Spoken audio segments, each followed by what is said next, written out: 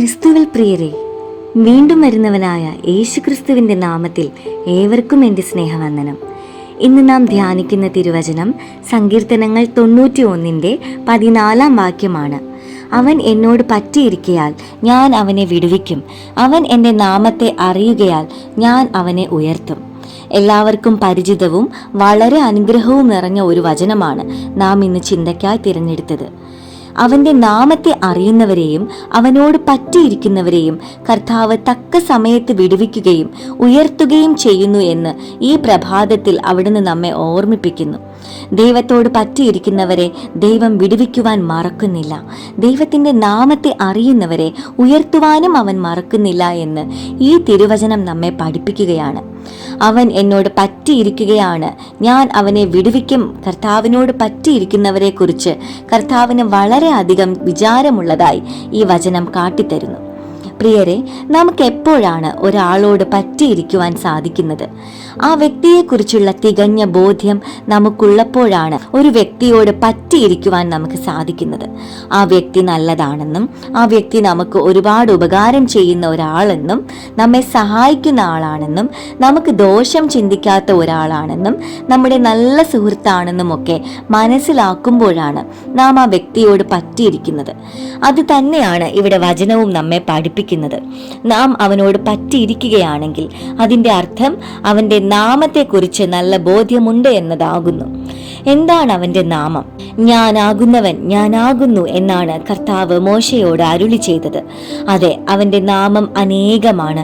അഡോനായി, L Roy, L Shaddai, യഹോവ Rafah, യഹോവ ഷമ്മ, യഹോവ ഇരേ, യഹോവ സിക്കിനോർ, യഹോവ എലോഹീം, യഹോവ ഷാലോം, ഇങ്ങനെ തുടങ്ങി അനേകം നാമധാരിയാണ് നമ്മുടെ കർത്താവ്.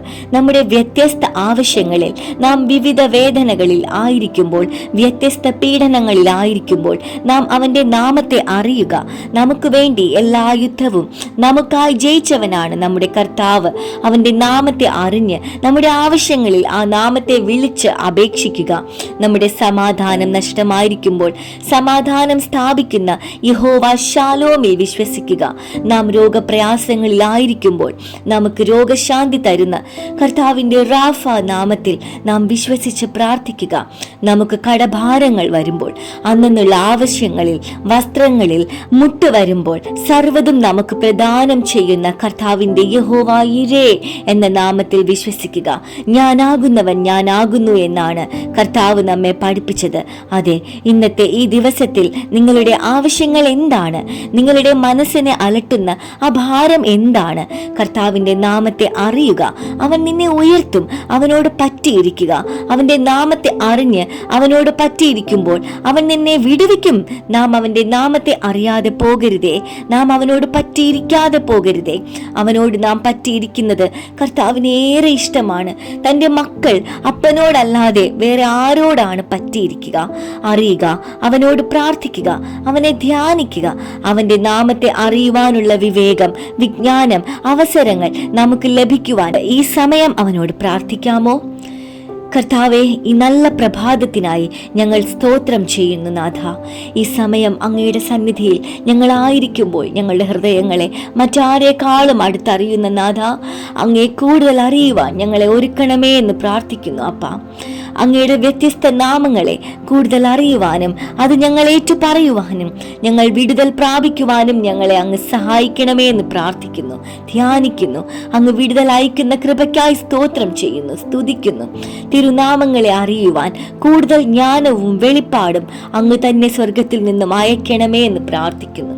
ദുഷ്ടൻ ഞങ്ങൾക്കായി വിരിച്ചിരിക്കുന്ന വലയിൽ ഞങ്ങൾ വീണു പോകാതിരിക്കാൻ അങ്ങയോട് പറ്റിയിരിക്കുവാൻ ഞങ്ങളെ അങ്ങ് സഹായിക്കുന്ന കൃപയ്ക്കായി സ്തോത്രം കർത്താവേ. ഈ തിരക്കേറിയ ലോകത്തിൽ ഞങ്ങൾ നടക്കുമ്പോൾ ഒരു നാളും ഒരു നിമിഷവും അങ്ങിൽ നിന്ന് അകന്നിരിക്കുവാൻ ഞങ്ങളെ അനുവദിക്കരുതെന്ന് യാചിക്കുന്നു കർത്താവേ. ഈ സമയം പ്രാർത്ഥിക്കുന്ന അമ്മമാരെ സമർപ്പിക്കുന്നു, പഠിക്കുന്ന കുഞ്ഞുങ്ങളെ സമർപ്പിക്കുന്നു, ഇന്ന് പരീക്ഷയ്ക്കായി പോകുന്ന കുഞ്ഞുങ്ങളെ ഓർക്കുന്നു. എല്ലാവരുടെ കൂടെയും അങ്ങ് ചെല്ലണമെന്ന് പ്രാർത്ഥിക്കുന്നു നാഥ. അവരുടെ യാത്രകളിൽ അങ്ങ് ഭദ്രമായി അവരെ കാക്കണമേ.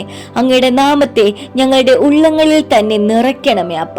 ഇന്നത്തെ ദിവസം ഏറ്റവും ഏറ്റവും അനുഗ്രഹകരമായിരിക്കുവാൻ ഈ പ്രാർത്ഥന ഞങ്ങളെ സഹായിക്കുന്നുവല്ലോ കർത്താവെ.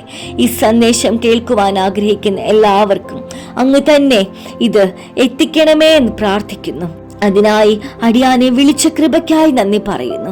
അങ്ങയ്ക്ക് വേണ്ടി കൂടുതൽ ഉപയോഗപ്പെടുവാൻ എന്നെയും അങ്ങ് ഒരുക്കണമേ, പ്രാപ്തയാക്കണമെന്ന് സമർപ്പിച്ച് പ്രാർത്ഥിക്കുന്നു നാഥ. നന്ദി പറയുന്നു.